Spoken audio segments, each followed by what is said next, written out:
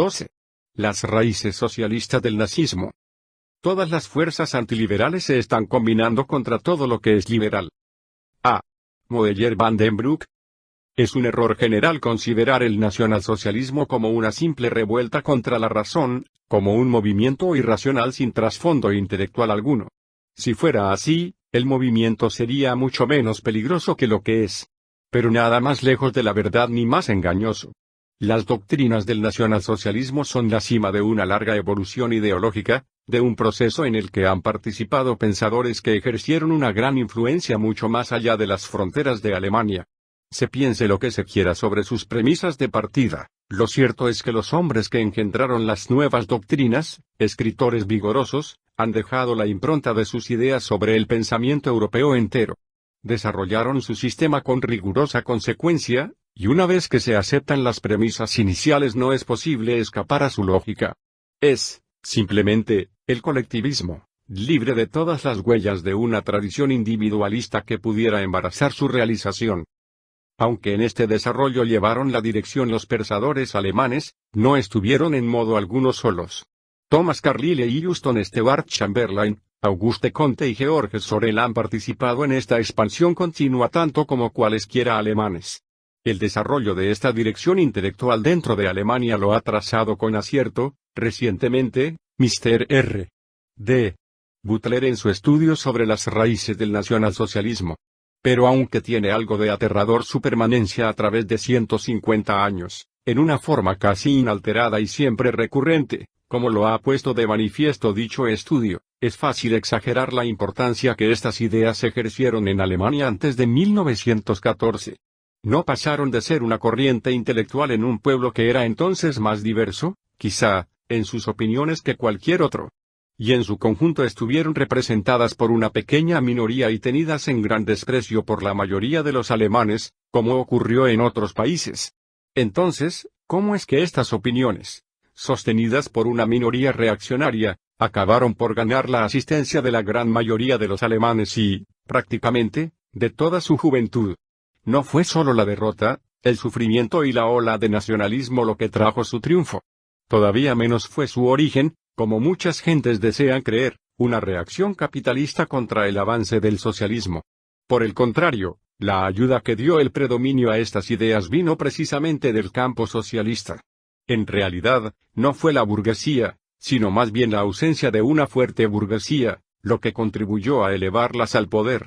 Las doctrinas que guiaron a los sectores dirigentes de Alemania en la generación pasada no se oponían al socialismo en cuanto marxismo, sino a los elementos liberales contenidos en aquel, su internacionalismo y a su democracia. Y a medida que se hizo más claro que eran precisamente estos elementos los obstáculos para la realización del socialismo, los socialistas de la izquierda se aproximaron más y más a los de la derecha. Fue la unión de las fuerzas anticapitalistas de la derecha y la izquierda, la fusión del socialismo radical con el conservador, lo que expulsó de Alemania a todo lo que era liberal. En Alemania, la conexión entre socialismo y nacionalismo fue estrecha desde un principio. Es significativo que los más importantes antecesores del nacionalsocialismo Fichte, Rodbertus y Lasalle fueron al mismo tiempo padres reconocidos del socialismo. Mientras el socialismo teórico, en su forma marxista, dirigía el movimiento obrero alemán, el elemento autoritario y nacionalista retrocedía temporalmente a segundo plano. Pero no por mucho tiempo. 67. A partir de 1914 surgen de las filas del socialismo marxista un predicador tras otro que conducen al redil del nacionalsocialismo, no a los conservadores y reaccionarios, sino a los trabajadores manuales y a la juventud idealista. Solo más tarde alcanzó la marea del socialismo nacionalista considerable importancia y se transformó rápidamente en la doctrina hitleriana. La histeria bélica de 1914, que, precisamente por causa de la derrota alemana, no se curó jamás por completo, es el comienzo del moderno desenvolvimiento que produjo el nacionalsocialismo, el cual surgió durante este período gracias en buena parte a la asistencia de viejos socialistas. Quizá el primer representante de esta orientación, y en muchos aspectos el más característico, fue el difunto profesor Werner Sombart, cuya conocida obra Handel und Helden, Mercaderes y Héroes, apareció en 1915. Sombart había comenzado como socialista marxista, y todavía en 1909 afirmaba con orgullo que había dedicado la mayor parte de su vida a luchar por las ideas de Karl Marx. Tanto como cualquier otro hombre, Sombart ha contribuido a difundir por toda Alemania las ideas socialistas y el resentimiento anticapitalista de diversos matices, y si en el pensamiento alemán penetraron elementos marxistas en una proporción no superada por ningún otro país hasta la Revolución Rusa, ello se debió en gran medida a Sombart. Durante un tiempo, fue considerado como el representante más distinguido de la perseguida intelectualidad socialista, incapacitada, por sus opiniones radicales, para obtener una cátedra universitaria. Y aún después de la anterior guerra, la influencia, dentro y fuera de Alemania, de su obra de historiador, que enfocó como marxista después de dejar de serlo en política, alcanzó extraordinaria difusión, la cual se advierte particularmente en las obras de muchos de los planificadores ingleses y americanos. En su libro de guerra, este viejo socialista saludó la guerra alemana como el conflicto inevitable entre la civilización comercial de Inglaterra y la cultura heroica de Alemania. Su desprecio hacia los criterios comerciales del pueblo inglés, que había perdido todos sus instintos guerreros, no tiene límite. Nada es más despreciable a sus ojos que el general afán por la felicidad individual. Y lo que él presenta como la máxima orientadora de la moral inglesa, a saber, sé justo, para que puedas alcanzar el bienestar y prolongar tus días sobre la tierra, es, para él, la más infame sentencia que haya salido jamás de una mente comercial. La idea alemana del Estado, como la formularon Fichte, Lasalle y Rodbertus, es que el Estado, ni lo fundan individuos, ni se forma de individuos, ni es un agregado de individuos, ni su finalidad es la de servir cualesquiera intereses individuales. Es una Volksgemeinschaft, en la que el individuo no tiene derechos, sino tan solo deberes. Las reclamaciones del individuo son siempre una consecuencia del espíritu comercial. Las ideas de 1789 libertad, igualdad, fraternidad son ideales típicamente comerciales, sin otro fin posible que el de asegurar ciertas ventajas a los individuos. Antes de 1914, todos los verdaderos ideales alemanes de vida heroica estuvieron en mortal peligro ante el continuo avance de los ideales comerciales ingleses, el confort inglés y el sport inglés. El pueblo inglés, no solo se ha corrompido por completo a sí mismo, pues todos los miembros de los sindicatos se están hundiendo en la ciénaga del confort, sino que ha comenzado a infectar a los demás pueblos. Solo la guerra ha ayudado a los alemanes a recordar que eran realmente un pueblo de soldados, un pueblo cuyas actividades todas, y particularmente las económicas, estaban subordinadas a los fines militares. Sombart sabía que otros pueblos desprecian a los alemanes porque estos consideran la guerra como sagrada, pero él les glorifica por eso. Considerar la guerra como inhumana y sin sentido es un producto de los criterios comerciales. Hay una vida superior a la vida individual, la vida del pueblo y la vida del Estado, y el cometido del individuo consiste en sacrificarse por esta vida superior. La guerra es, para Sombart, la consumación del sentido heroico de la vida, y la guerra contra Inglaterra es la guerra contra el ideal opuesto, el ideal comercial de la libertad del individuo y del confort inglés, que a sus ojos encuentra su más despreciable expresión en las máquinas de afeitar halladas en las trincheras inglesas.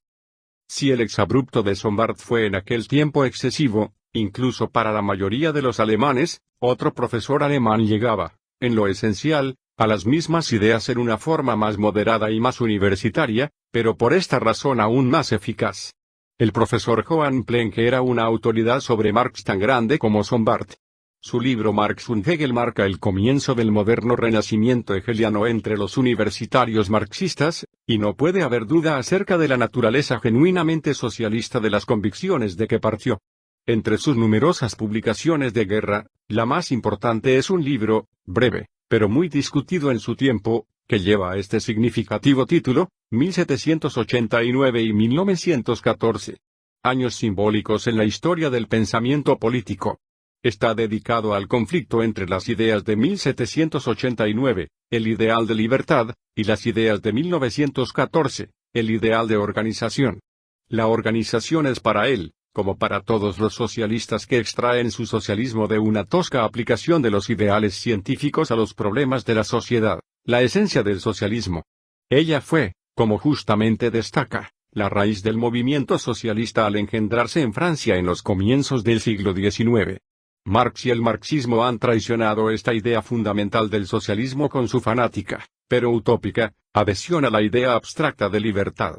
Ahora es cuando la idea de organización vuelve a su lugar, en todas partes, como lo muestra la obra de Mr. H. G. Wells, cuyo Future in America influyó profundamente en el profesor Plenge, y a quien éste señala como una de las figuras sobresalientes del socialismo moderno, pero particularmente en Alemania, donde ha sido mejor entendida y más plenamente realizada. La guerra entre Inglaterra y Alemania es, pues, realmente un conflicto entre dos principios opuestos. La guerra mundial económica es la tercera gran etapa de la lucha espiritual en la historia moderna. Es de igual importancia que la reforma y la revolución burguesa por la libertad. Es la lucha por la victoria de las nuevas fuerzas nacidas de la avanzada vida económica del siglo XIX, socialismo y organización. Porque, en la esfera de las ideas, Alemania fue el más convencido exponente de todos los sueños socialistas y, en la esfera de la realidad, el más poderoso arquitecto del sistema económico más altamente organizado. En nosotros está el siglo XX. Cualquiera que sea el final de la guerra, somos el pueblo ejemplar. Nuestras ideas determinarán los objetivos de la vida de la humanidad. La historia mundial vive al presente el colosal espectáculo de un nuevo gran ideal de vida que con nosotros gana su victoria final, mientras, a la vez, en Inglaterra se desploma definitivamente uno de los principios históricos mundiales. La economía de guerra creada en Alemania en 1914 es la primera realización de una sociedad socialista, y su espíritu, la primera aparición activa, y no solo reivindicatoria, de un espíritu socialista. Las necesidades de la guerra han establecido la idea socialista en la vida económica alemana, y así la defensa de nuestra nación ha proporcionado a la humanidad la idea de 1914, la idea de la organización alemana, de la comunidad popular, Volksgemeinschaft, del socialismo nacional. Sin advertirlo nosotros realmente toda nuestra vida política en el Estado y en la economía se ha elevado a un nivel superior. Estado y vida económica forman una nueva unidad. El sentimiento de responsabilidad económica que caracteriza la labor del funcionario público domina toda la actividad privada. La nueva constitución corporativa alemana de la vida económica, que el profesor Plenge admite no estar todavía madura o completa, es la más alta forma de vida del Estado que jamás se haya conocido sobre la Tierra. Al principio, el profesor Plenge esperaba todavía reconciliar el ideal de libertad y el ideal de organización, aunque, en gran parte, a través de la completa, pero voluntaria, sumisión del individuo al conjunto. Pero pronto desaparecen de sus escritos estos residuos de las ideas liberales. En 1918, la unión entre socialismo y política de poder inexorable se ha completado ya en su mente. Poco antes del fin de la guerra exhortó a sus compatriotas, desde la revista socialista Die Glocke, de la siguiente manera: ha llegado la hora de admitir que el socialismo debe ser una política de poder, porque tiene que ser organización. El socialismo tiene que ganar el poder, no debe jamás destruirlo ciegamente. Y la más importante y crítica cuestión para el socialismo, cuando los pueblos hacen la guerra, es necesariamente esta: ¿cuál es el pueblo llamado entre todos al poder? Porque es el conductor ejemplar en la organización de los pueblos. Y adelanta todas las ideas que servirán después para justificar el nuevo orden de Hitler, precisamente desde el punto de vista del socialismo, que es organización, el derecho absoluto de autodeterminación de los pueblos, ¿no es el derecho a la anarquía económica individualista? ¿Estamos dispuestos a otorgar una completa autodeterminación al individuo en la vida económica? Un socialismo consecuente solo puede conceder derecho de asociación política a un pueblo si ello corresponde a la distribución real de las fuerzas históricamente determinadas. Los ideales que Plenge expresó con tanta claridad fueron especialmente populares en ciertos círculos, de donde quizá derivaron, formados por hombres de ciencia e ingenieros alemanes, los cuales clamaban, precisamente como ahora lo hacen tan ruidosamente sus trasuntos ingleses, por la organización planificada centralmente de todos los aspectos de la vida. A la cabeza de ellos estaba el famoso químico Wilhelm Ostwald, una de cuyas manifestaciones sobre este punto ha alcanzado cierta celebridad. Según se dice, manifestó públicamente que Alemania tiene que organizar a Europa, que aún carece de organización. Explicaré a usted ahora el gran secreto de Alemania: nosotros, o quizá la raza alemana, hemos descubierto el significado de la organización. Mientras las demás naciones viven todavía bajo el régimen del individualismo, nosotros hemos ya alcanzado el de la organización.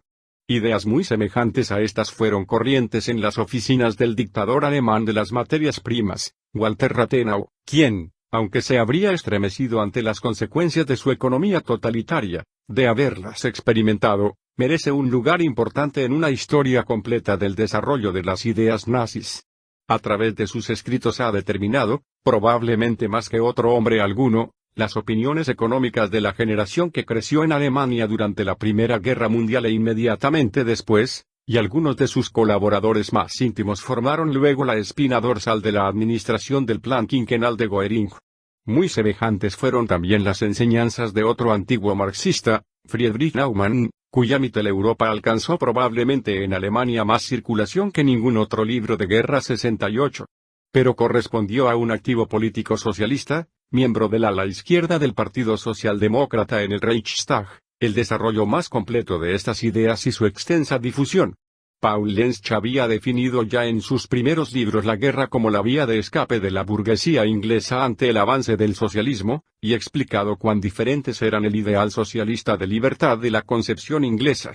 Sin embargo, solo en su tercer libro de guerra, el de mayor éxito, en sus 3 años de Revolución Mundial 69, lograron sus ideas características, bajo la influencia de Plenge. Su pleno desarrollo. Lensch basa su argumentación en un interesante y, en muchos aspectos, puntual relato histórico de cómo la adopción del proteccionismo por Bismarck permitió en Alemania una evolución hacia formas de concentración industrial y cartelización que, desde su punto de vista marxista, representaban una etapa más alta en el desarrollo industrial. El resultado de la decisión de Bismarck en el año 1879 fue que Alemania asumió el papel de revolucionaria, es decir, de un Estado cuya posición respecto al resto del mundo es la del representante de un sistema económico más alto y avanzado. Comprendido esto, advertiremos que en la presente revolución mundial, Alemania representa el lado revolucionario, y su mayor antagonista, Inglaterra, el contrarrevolucionario. Este hecho prueba cuán escasamente afecta la constitución de un país, sea liberal y republicana o monárquica y autocrática, a la cuestión de saber si, desde el punto de vista del desarrollo histórico, este país ha de considerarse o no como liberal. O, para decirlo más llanamente, nuestras concepciones del liberalismo, la democracia, etc., se derivaron de las ideas del individualismo inglés, de acuerdo con las cuales un Estado con un gobierno débil es un Estado liberal, y toda restricción impuesta a la libertad del individuo se considera producto de la autocracia y el militarismo. En Alemania, representante, designada por la historia, de esta forma superior de vida económica, la lucha en pro del socialismo se ha simplificado extraordinariamente, porque todas las condiciones que el socialismo requiere de antemano están ya establecidas.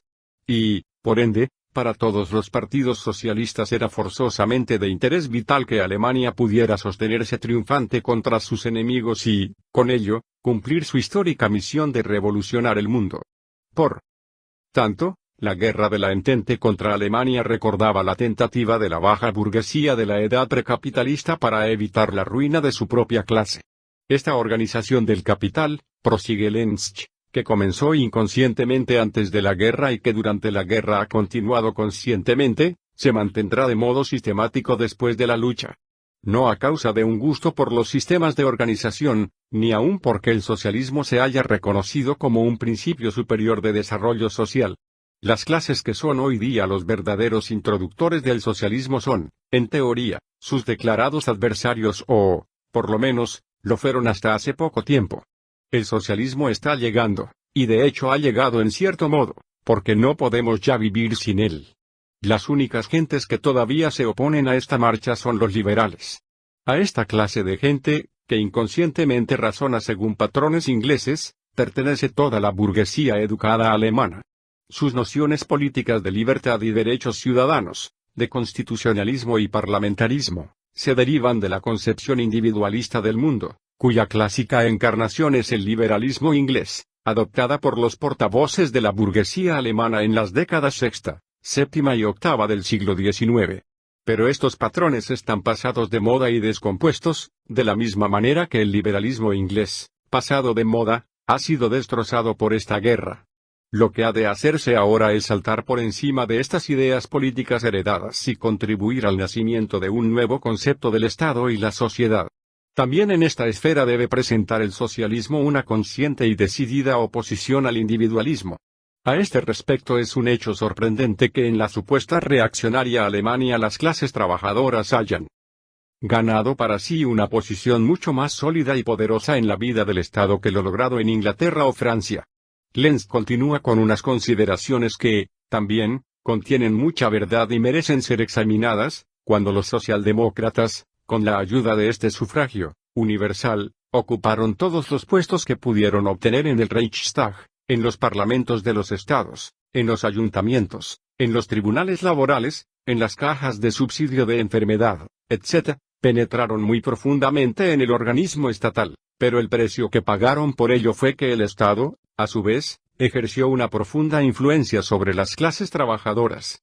No hay duda que, como resultado de los duros esfuerzos socialistas durante 50 años, el Estado no es ya el del año 1867, cuando se adoptó el sufragio universal, pero la socialdemocracia, a su vez, no es ya la que era entonces. El Estado ha experimentado un proceso de socialización, y la socialdemocracia ha experimentado un proceso de nacionalización.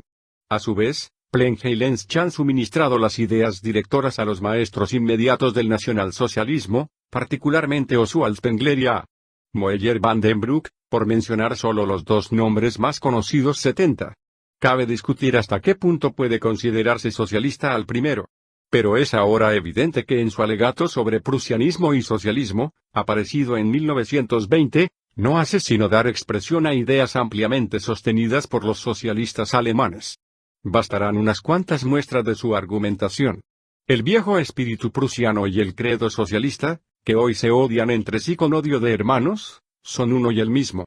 Los representantes de la civilización occidental en Alemania, los liberales alemanes, forman el invisible ejército inglés que, después de la batalla de Jena, dejó tras sí Napoleón sobre el suelo alemán.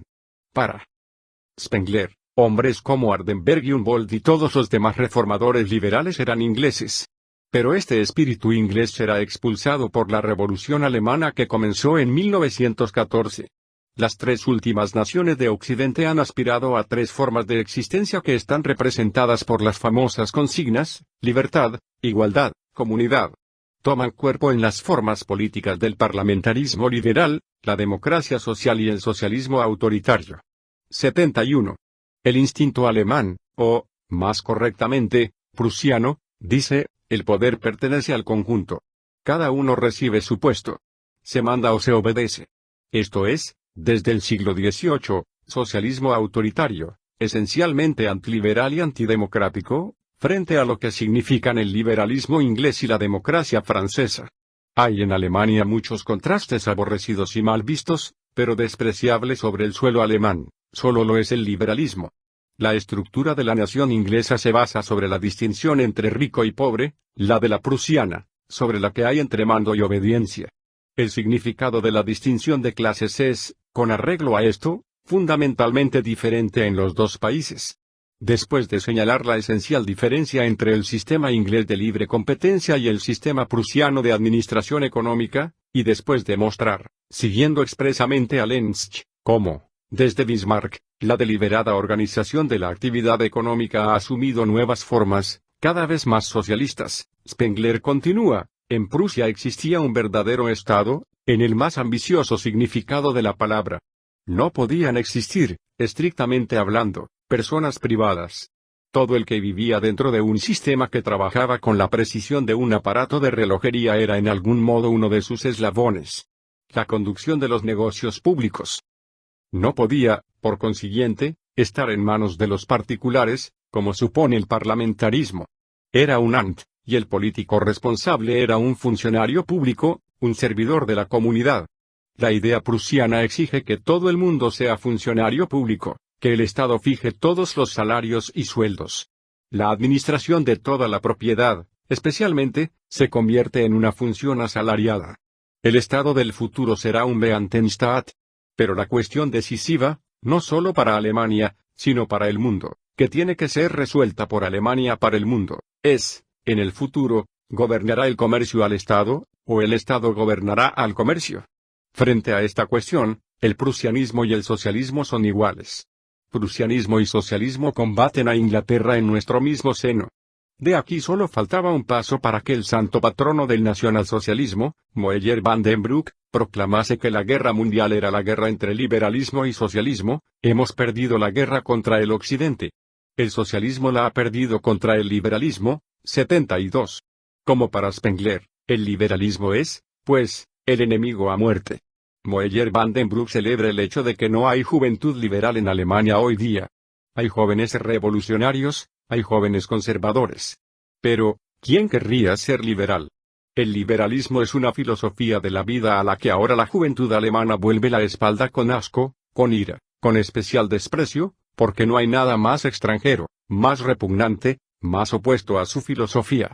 La juventud alemana de hoy reconoce en el liberal a su archienemigo. El Tercer Reich de Moeller van den Broek pretendía dar a los alemanes un socialismo adaptado a su naturaleza y no contaminado por las ideas liberales del Occidente. Y así lo hizo. Estos escritores no representan, en modo alguno, un fenómeno aislado. Ya en 1922, un observador independiente pudo hablar de un fenómeno peculiar y, a primera vista, sorprendente que era dable observar entonces en Alemania, la lucha contra el orden económico capitalista. Según este criterio, es una continuación de la guerra contra la entente con las armas del espíritu y la organización económica, el camino que conduce al socialismo práctico, un retorno del pueblo alemán a sus mejores y más nobles tradiciones. 73. La lucha contra el liberalismo en todas sus formas, el liberalismo que había derrotado a Alemania, fue la idea común que unió a socialistas y conservadores en un frente único. Primero, fue principalmente en el movimiento juvenil alemán, casi por entero socialista en inspiración y propósitos, donde estas ideas se aceptaron más fácilmente y donde se completó la fusión del socialismo y el nacionalismo. Desde finales de la década de los 20 y hasta la llegada de Hitler al poder, un círculo de jóvenes congregados en torno a la revista Die Tat y dirigidos por Ferdinand Fried fue, en la esfera intelectual, el principal exponente de esta tradición. El libro de Fried, Ende des Kapitalismus, es quizá el producto más característico de este grupo de Edelnazis, como se les llamaba en Alemania, y es particularmente inquietante su semejanza con tanta parte de la literatura que vemos en la Inglaterra de hoy, donde podemos observar el mismo movimiento de aproximación entre la derecha y los socialistas de la izquierda, y casi el mismo desprecio por todo lo que es liberal en el viejo sentido. El socialismo conservador, y, en otros círculos, el socialismo religioso, fue el eslogan con el que un gran número de escritores prepararon la atmósfera donde triunfó el nacionalsocialismo. El socialismo conservador es la tendencia que domina ahora en Inglaterra. La guerra contra las potencias occidentales con las armas del espíritu y de la organización económica, ¿no había casi triunfado antes de que la verdadera guerra comenzara?